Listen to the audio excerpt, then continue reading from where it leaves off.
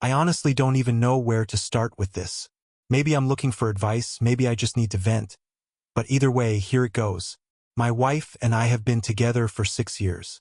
We met in college, moved in together a few months after graduation, and eventually got married 3 years ago.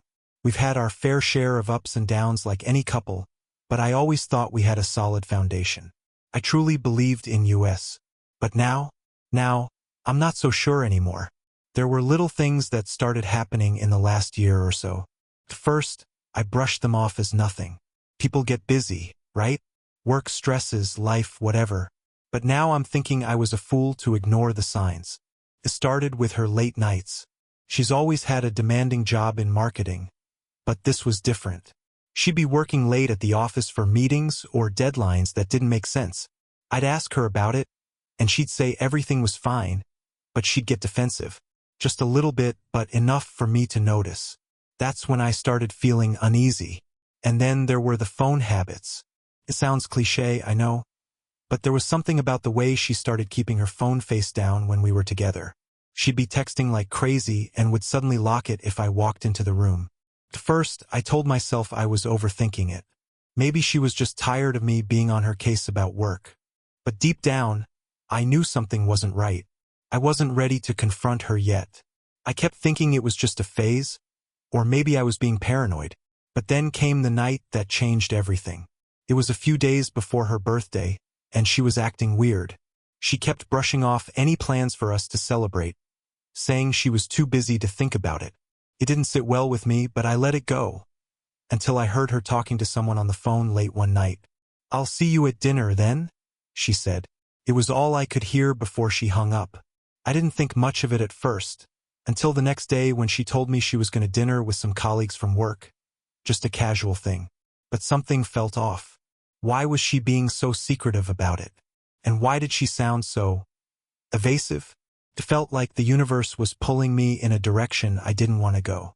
But the nagging feeling was getting louder. And that's when I started to make some decisions I didn't want to make. It was hard to admit, but I had to know. I had to know what was going on. So I followed her that night. I know. Following her is the last thing I ever imagined myself doing. But at that moment, I was desperate for answers. I wasn't even sure what I was expecting to find, but my gut told me there was something I needed to see, something I wouldn't get from just asking her. So, I kept my distance as she left the house, heading to the restaurant she had mentioned. I waited in the parking lot across the street, trying to stay hidden, my heart pounding in my chest. She had said it was a work dinner, but the more I thought about it, the less that made sense. Work dinners don't require so much secrecy. They don't need to be hidden behind vague excuses. As I watched, I saw a car pull up beside hers. A man stepped out, tall, broad-shouldered, wearing a suit.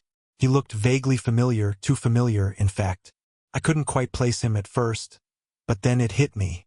It was Greg, one of her co-workers. I had met him a few times at office parties, and I knew he was the guy she had been working closely with for the last few months. At first, I had thought nothing of their relationship. Professional, right? But tonight, this didn't feel professional at all. I watched as they walked into the restaurant together, laughing, talking close, their body language too casual, too familiar for what I had assumed was just a work thing. My heart dropped into my stomach, but I stayed where I was. I wanted to see more. They were seated at a quiet table near the back. I couldn't hear them from where I was, but I could see how they interacted, how she leaned in, how he smiled at her like she was the only person in the room. It was like they were in their own world, and it made me sick to my stomach. I don't know how long I stayed there, but it felt like an eternity. I kept waiting for something, anything, to convince me that I was wrong. But it didn't happen. It was the same the whole night. Intimate, close, too cozy for coworkers. Eventually, they left the restaurant. I followed them at a distance, my mind racing, my body frozen. I had to know. I had to see if this was as bad as I thought. They didn't go home. No, they didn't even head in the same direction as their cars. Instead, they walked to a nearby hotel. Fancy one. One that I knew wasn't exactly cheap. They went inside together. And that was the moment I couldn't ignore it anymore. My wife, the woman I had trusted, The woman I thought I was building a life with was clearly more than just friends with Greg. I sat there in the car, my hands gripping the steering wheel, tears filling my eyes. I didn't know what to do, what to feel, or what to think. I had never felt this betrayed in my life. The woman I loved, the woman who was supposed to be my partner, my best friend, had just shattered everything with a look, with a touch, with a night that I would never be able to erase from my mind. I don't know how long I stayed parked there, but I knew something had to change. I couldn't go back to the way things were. I couldn't pretend I didn't know what was happening right in front of me. I drove home in a daze, my mind reeling. I tried to come up with some way to process what I had seen, but the truth was undeniable. When I walked in the door, she was already home, acting like nothing had happened. She looked at me, and there was this strange calmness in her eyes that only made everything worse. "Hey babe, you're home early," she said, casually tossing her bag on the counter. "How was your night?" I stood there, frozen, trying to gather the courage to confront her. How do you even start a conversation like this? How do you go from trusting someone with your whole life to feeling like a fool? But before I could speak, she smiled at me, a smile that seemed too forced, too practiced. "What's wrong? You seem a little off." And that was it.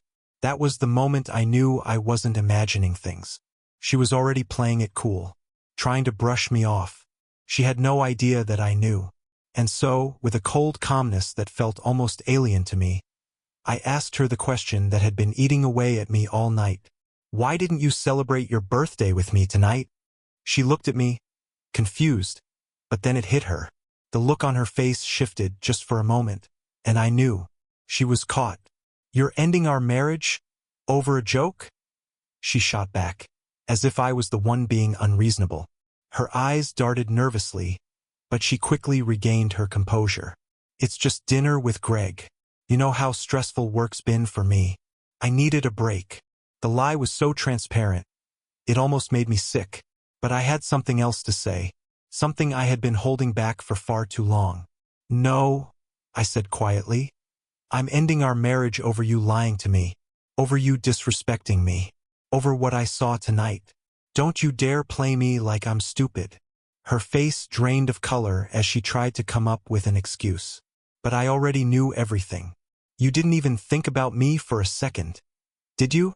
I asked, feeling the anger and sadness mixed together into something too overwhelming to ignore. "You've been having an affair, and I'm done." She opened her mouth to protest, but I cut her off. "You're not going to talk your way out of this." And then I walked away. I don't know why, but I couldn't bring myself to say more. It was like I was choking on my own words, my heart pounding so loud that I almost couldn't hear anything else. She stood there, silent for a moment, her eyes shifting between me and the floor. The room felt suffocating, like I couldn't breathe, like everything I had known was crumbling around me. I had never seen her look so caught. It was like she was still processing what I had said, not because she hadn't known she was caught, but because she didn't think I'd ever find out. Her voice was shaky when she finally spoke. "Are you really going to throw everything away over a misunderstanding?" she asked, her eyes wide, her hands shaking as if she were trying to keep her composure. "It wasn't what you think. You don't know everything, okay?" I couldn't help the laughter that escaped from me. Bitter, painful, hollow. "Misunderstanding," I repeated, almost disbelieving. "You think this is a misunderstanding? I saw you with him tonight. Wife's name. You and Greg, together at a hotel. Don't insult me like that." She froze, the color draining from her face. The disbelief in her eyes was genuine, but it didn't matter. I was past trying to protect her or our marriage. "I don't know what to say," she whispered. I didn't want you to find out like this. I thought." "What?" I interrupted, stepping closer.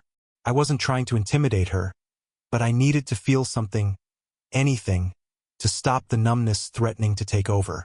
"You thought what? That I wouldn't care? That I wouldn't figure it out? You were right there, in front of my eyes, and you had the nerve to lie to me about it. All this time, I've been nothing but loyal to you, and you've been doing this." She turned her back to me, wrapping her arms around herself like she was cold, like this wasn't happening. But I wasn't going to let her retreat into herself. Not anymore. "Don't turn your back on me now," I said, my voice firm, but the hurt was unmistakable. "You don't get to do that. I deserve the truth. I deserve more than just your excuses." She turned back around slowly, and I could see the cracks in her walls.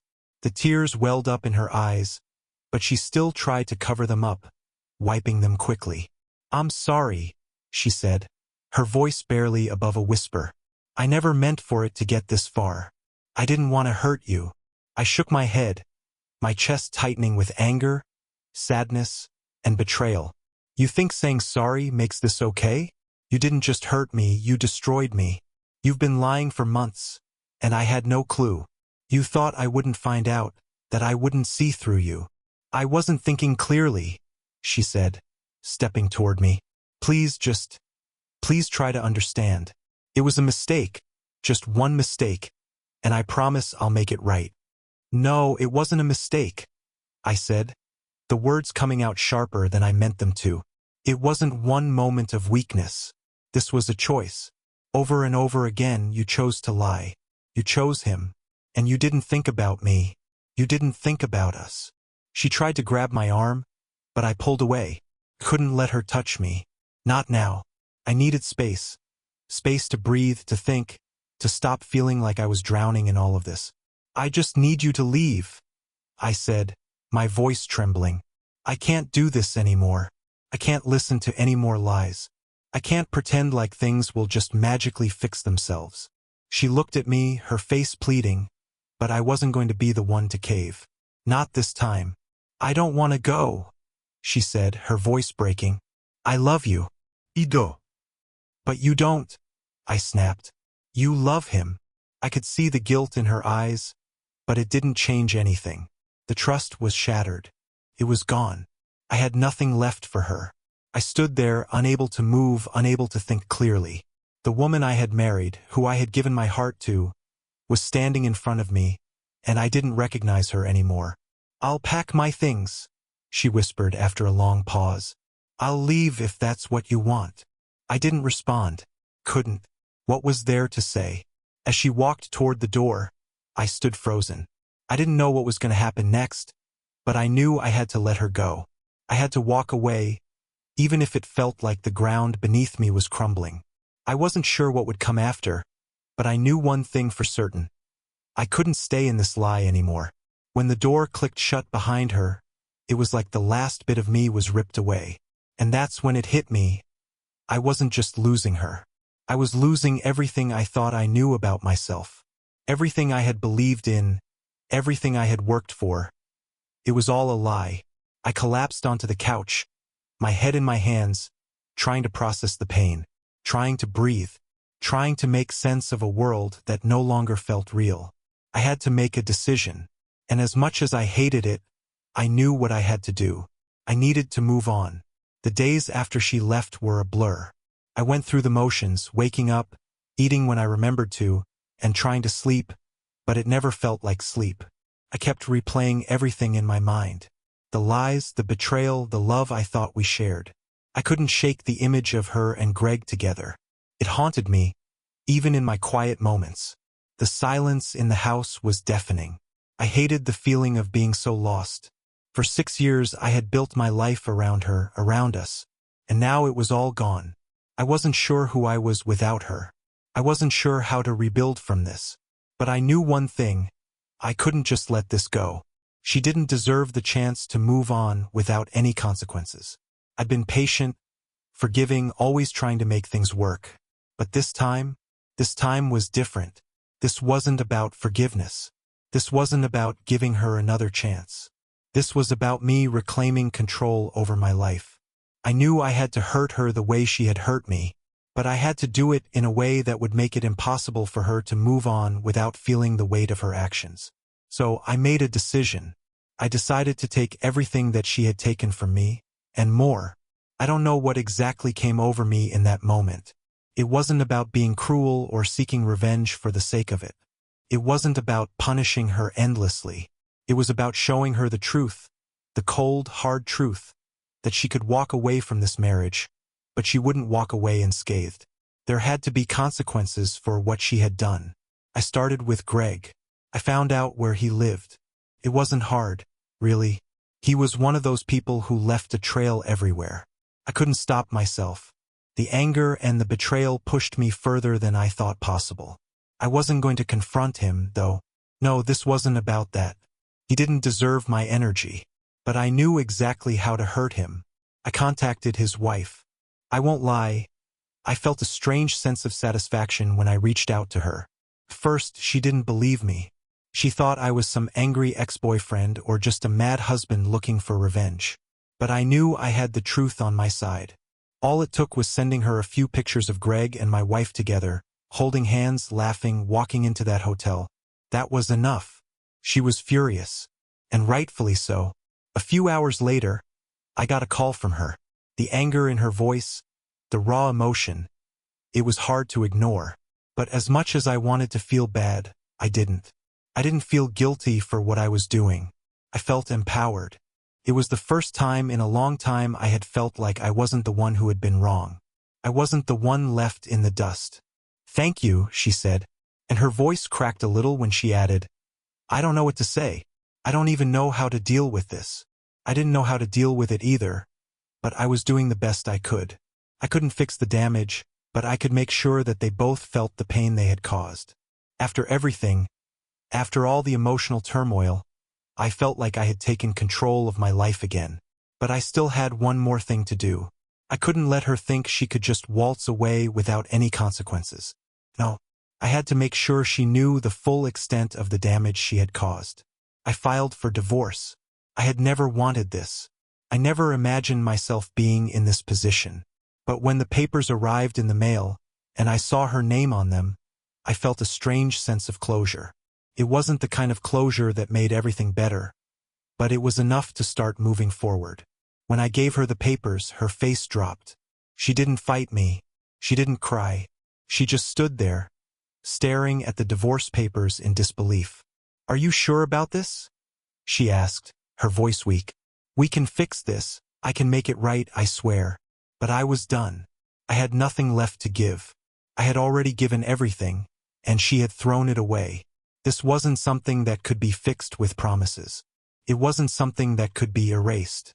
"I'm sure," I said, my voice steady. "I'm done." I watched her walk away for the last time, and I felt a bittersweet sense of finality. She had made her choice, and now I was making mine. It wasn't easy. It wasn't clean. But it was the only way I could begin to heal. I couldn't keep holding on to a marriage that wasn't real anymore. I couldn't keep pretending that things were going to go back to how they were before. The weeks after the divorce were a blur. It felt like I was living in a fog, not sure what to do or where to go.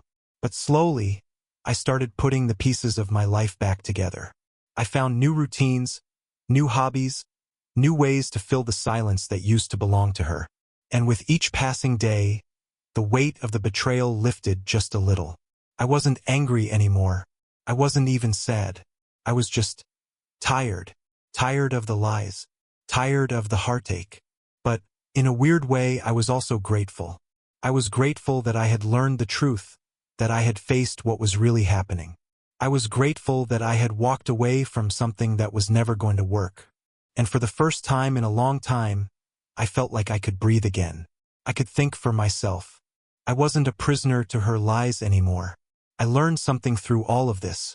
Something I wish I could have figured out earlier. Trust isn't just about giving your heart to someone. It's about protecting it too. And when you find out someone has been chipping away at it all along, it's okay to walk away. It's okay to choose yourself. I guess the biggest lesson here is this. No matter how much you love someone, don't let them treat you like you're disposable. Don't let them tear you apart and expect you to just take it. You deserve more. You deserve honesty. You deserve loyalty. And you sure as hell deserve someone who will fight for you. Not behind your back, but right alongside you.